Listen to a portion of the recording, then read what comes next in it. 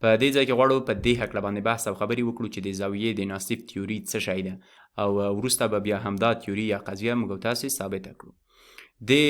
په یوه مثلث کې د زاویې د ناصف تیوري له دې څخه ښکارندویي کوي چې که چیرې په دې مثلث کې موږ او تاسې یوه زاویه واخلو او په دوو مساویو برخو باندې یې وویشو یا له دې زاویې څخه یو ناصف رسم کړو، نو د دوو نوو تشکیل شوو مثلثونو د زولو ترمنځ به نسبت هر کله ثابت اوسي. په دې مثلث کې موږ او تاسې کولی شو هره زاویه په پام کې ونیسو، خو د کار د اسانۍ په پار به موږ او تاسې دلته د بي زاویه په پام کې ونیسو. که چیرې واخلو او دا په دوو مساوي برخو وویشو، دا زاویه به له دې سره یو شان وي ځکه دا مو په دوو برخو وویشله. ښه، نو که چیرې دې ټکي ته موږ او تاسې ډي ووایو، دلته په دې ځای کې د دې دوو نوو تشکیل شوو مثلثونو ترمنځ که چیرې نسبت ولیکو، البته د زولو ترمنځ یې نسبت ولیکو، نو دا به هر کله ثابت وي. د بیلګې په توګه د ای بي زولې او ای ډي زولې نسبت ای بي تقسیم په ای ډي دا به مساوي وي له په دې مثلث کې د بي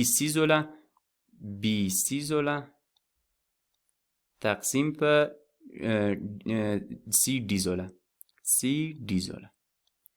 په ټوله کې دا قضیه ده چې دا دوه نسبتونه د دې دوو مثلثونو د زولو ترمنځ نسبتونه هر کله یو له بله سره برابر دي. را به شو او همدا خبره به ثابته کړو چې آیا دا په رښتیا هم مساوي دي او که نه دي. نو د دې لپاره چې وکولی شو دا ثابته کړو، موږ او تاسې دلته باید وګورو چې آیا تشابه د مثلثونو ترمنځ شته ده، دا یو له بله سره ورته دي او که نه دي. سمه ده چې دلته په دې ځای کې دا یوه زاویه یو له بله سره ورته ده، خو نورو زاویې موږ او تاسې نه پوهېږو چې آیا دا له دې سره ورته ده یا دا له دې سره ورته ده. نو د همدې کار لپاره موږ او تاسې اړتیا لرو چې یو نوی مثلث هم رسم کړو. که چیرې موږ او تاسې همدې ناصف ته ادامه ورکړو، نو څه لاسته راځي؟ دا به واخلو له دې ځای څخه به ښکته خواته ادامه ورکړو په داسې ډول سره. اوس به راشو او د سی ټکي څخه به داسې یو خط رسم کړو چې د ای بي سره موازي واوسي. دا کار ځکه کوو ځکه موږ او تاسې غواړو چې ثبوت ته ځان ورسوو او دا خبره ثابته کړو چې رښتیا هم دا تناسب چې موږ او تاسې دلته لاسته راوړی دا سم دی او که نه. له دې ټکي څخه به داسې یو خط رسم کړو چې له ای بي سره موازي واوسي. نو له دې ځای څخه به خط په داسې ډول رسم کړو تر څو پورې موازي واوسي. ښه، دا خط مو لاسته راوړ، دې ټکي ته به اف ټکی ووایو. اوس به وګورو چې آیا په دې ځای کې دا دوه مثلثونه د ای بي ډي او د ډي سی اف مثلثونه یو له بله سره ورتهوالی لري او که نه. دا ورتهوالی ځکه پیدا کوو ځکه له دې ځای څخه موږ تاسې کولی شو چې پورته تناسب ثابت کړو. که چیرې واخلو او د اف سی خط ته لږ څه دوام ورکړو، په داسې ډول ادامه ورکړو دې خواته او دې خواته هم ادامه ورکړو تر څو پورې چې خبرې کوو تاسې وکولی شئ په سادهګۍ سره زموږ خبرې درک کړئ. ښه، په داسې ډول دا دوه خطونه دي، موازي خطونه دي او د یوه قاطع په وسیله باندې قطع شوي دي. د قاطع نمودف دا د بي ډي اف خط چې دا خواته راغلی دی، پورته خواته هم که دا ولاړ شي نو په داسې ډول راځي. دلته اړوند زاویې چې تشکیلیږي دا به یو له بله سره مساوي وي. په دې ځای کې دا زاویه به له دې زاویې سره مساوي وي او دا چې دا زاویه بیا متقابل براس زاویه له دې سره ده، نو په ټوله کې ویلی شو چې دا زاویه به له دې زاویې سره مساوي وي ځکه په دې دوو مثلثونو کې موږ تاسې ګورو چې کوم ورتهوالی شته. یوه زاویه خو سره مساوي شوه. را به شو دا ځل به دا زاویه وګورو. دا چې دا زاویه له دې خوا سره د متقابل براس زاویه ده، نو موږ تاسې په یاد لرو چې له مخکې څخه چې متقابل براس زاویې هر کله یو له بله سره مساوي دي. نو دا چې په دوو مثلثونو کې دوې زاویې سره ورته واوسیږي، نو درېیمه هم په هماغه اندازه ده. په ټوله کې موږ تاسې له دې ځای څخه استدلال کولی شو چې د A B C مثلث دا ورته دی له DCF مثلث سره.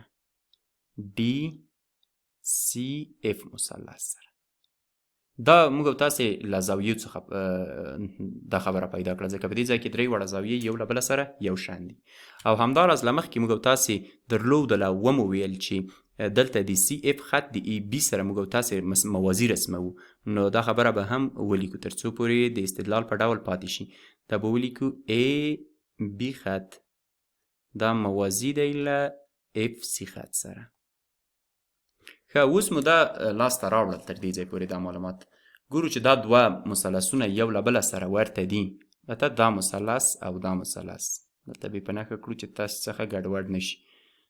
دا دوه مثلثونه خو ورته شول. ښه، دا چې دا دوه مثلثونه سره ورته دي، نو که چیرې اوس د دې مثلثونو د زولو ترمنځ نسبتونه ولیکو، نو هغه به هم سره مساوي وي. نو کولی شو له دې ځای څخه ولیکو چې د ای بي زوله ای بي زوله تقسیم په ای ډي زوله ای ډي زوله دا مساوي ده. البته موږ تاسو په دې دوو ورته مثلثونو کې خبرې کوو. د دې اړونده زوله دې خواته که چیرې وګورو، دا نو د اف سی زوله راځي. اف سی تقسیم په دې ځای کې د ای ډي اړونده ډي سی زوله ده، تقسیم په ډي سی. ښه، تر دې ځای پورې خو په ثبوت سره مخته راغلو. ښه، که چیرې په دې ځای کې موږ تاسې په دې خبره ځان وپوهوو چې د اف سی خط که چیرې له بي سی خط سره مساوي واوسېږي، نو زموږ او تاسې قضیه ثابته ده، ځکه دلته ای بي پر ای ډي لرو، هلته هم همدا لرو، د دې په مخرج کې هم سی ډي لرو یا ډي سی، کوم توپیر نه کوي. یوازینی ځای چې پاتې دی هغه دا دی چې موږ او تاسې په دې باندې وپوهېږو چې اف سی له بي سی سره مساوي دی او که نه. که چیرې بیرته راوګرځو او په دې ځای کې دا لوی تشکیل شوی مثلث وګورو، د بي سی اف مثلث، دې مثلث ته که چیرې موږ او تاسې وګورو، په دې ځای کې لکه مخکې مو چې یادونه وکړه، دا چې دا زاویه د اف زاویه له دې کوچنۍ زاویې سره په دې ځای کې چې د ناصف څخه منځته راغلې وه له دې سره مساوي وه. دا چې خط ناصف دی، نو دې خواته دا زاویه له دې بلې سره مساوي وه. نو په ټوله کې ویلی شو چې په دې ځای کې د ډي بي سی زاویه، دا زاویه دا به دلته ښه ده چې که یې ولیکو، د ډي بي سی زاویه دا به مساوي وي له ډي اف سی زاویې سره، ډي اف سی زاویې سره. دا بله خبره ده چې موږ تاسې لاسته راوړه. ښه، کله چې دا دوه په یوه مثلث کې دوې زاویې مساوي وي، نو د هغې اړوندې زولې هم سره مساوي دي او دا یو متساوي الساقین مثلث دی. د ډي سی اف مثلث یو متساوي الساقین مثلث دی. دا دوې زاویې یو له بله سره مساوي دي، نو په دې معنا چې دا ولاړې دوې زولې به هم یو له بله سره مساوي وي.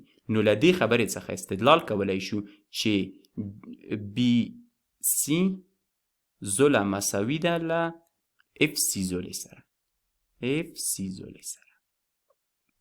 دا چې دا خبره مو له دې ځای څخه پیدا کړه، نو اوس که چیرې د دې اف سی په ځای باندې دا پورته بي سی مو چې درلوده دا وضع کړو، نو دا ځای به په ټوله کې داسې څه لاسته راشي چې ای بي پر ای ډي مساوي دی له بي سی پر ډي سی یا سی ډي، چې همدا په خپل ذات کې همدا د ناصف قضیه ده چې موږ تاسې مخکې هم لیکلې وه.